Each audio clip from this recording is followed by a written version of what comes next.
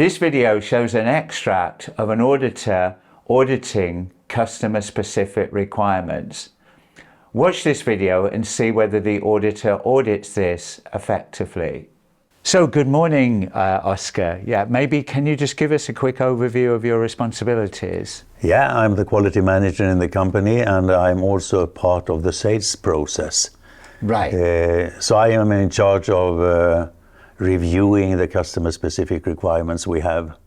Right, okay, and that is the theme for this part of the audit, really.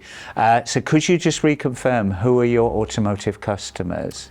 Well, we have several, but for IATF purposes, IATF OEM, we have Audi, we have JLR, we have Mercedes.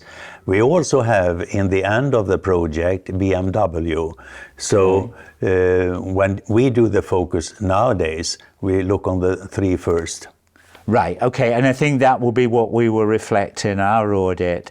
Having looked with you at the customer scorecards before this audit, I see that you've been getting more issues with Mercedes, more customer-related issues. So when we audit customer-specific requirements during the audit, the plan is that we will be focusing more on your production for Mercedes. Yeah, no problem. Could you take us through, Oscar, how you access the customer-specific requirements? When we receive the RFQ, sorry, then I open the IATF OEM website, and there I go to the customer-specific requirements. Yeah, could you show us that for Mercedes, please? I just want to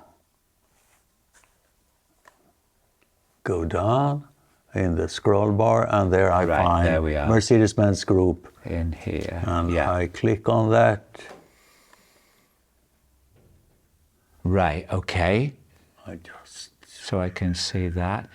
So one of the things, last week I was auditing your design center in Belgium, and I saw for the Mercedes product there are a number of special characteristics. So what I will be looking for is when we go into production, could you, this MBST procedure here, how would you access that? As we haven't got direct access to these specifics, we have to contact our contact within the Mercedes organization. And that is a technical process within Mercedes. Right, but you are in current production, aren't you, with these Mercedes? So we have received it. I thought you mean when we get a new request. Okay, yeah. We have this one. And we have asked to confirm that what we have is the latest issue of this document. Right, so I will follow that through, but particularly we'll be looking at MBS ST13 and MBS T14. They're the two processes that particularly related to special characteristics that I want to see. And when we audit the customer specifics, we won't be checking every single one, but I will on this audit be focusing more on the audit of the Mercedes customer specifics. Yeah, I understand. And also in our audit plan, we are planning to go into the JLR manufacturing area.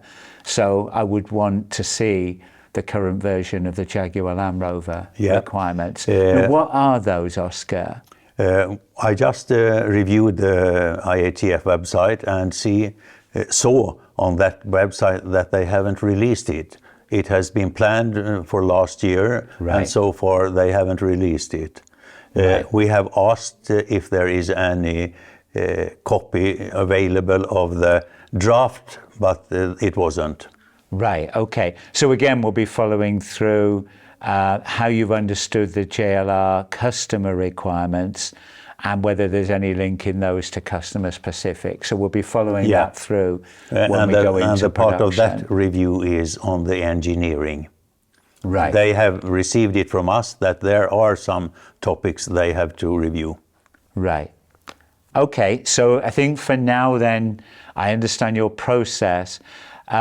One final question. If there is a change in customer specific requirements, how would you identify that change? To start with, we have a notification system from the IATF OEMs that when they release a change, I got a notification, and then I go back to the website review it, and try to find out where the change is.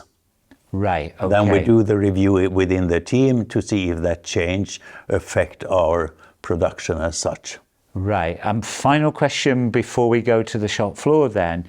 How do you ensure that the CSRs are integrated into your QMS? Well, we have a matrix where we have all the different customers' CSR mentioned. Yeah. And the latest release is also in that matrix. Can we quickly see the matrix? Yeah, Can you show me that? If you look there here. It is. Yeah. And you see it is in the process where we handle documents.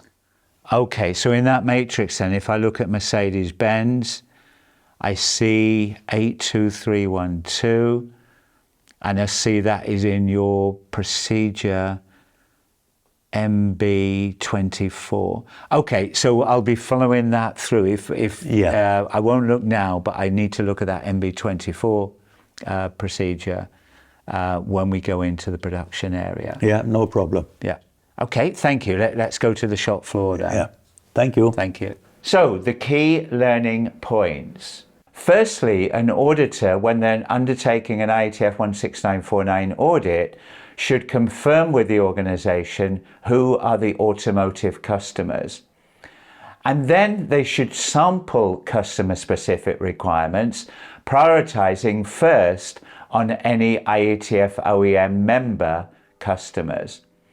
An auditor should challenge the organization on how do they access customer-specific requirements. If the organization has IATF OEM members, they will access the customer-specific requirements through the IATF Global Oversight website. If they're not IATF OEM members, the auditor should challenge the organization on how they get the customer-specific requirements.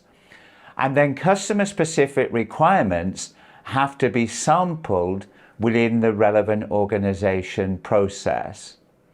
An auditor should also challenge an organization on how any changes to customer-specific requirements are received, reviewed, and incorporated within the organization quality management system. So let's summarize. Customer-specific requirements are interpretations of or additional requirements to IATF 16949. When auditors are auditing, they have to ensure that they sample customer-specific requirements to ensure that they are effectively implemented within the organization's quality management system. And the organization also has to have a process for making sure they deal with any changes to customer-specific requirements.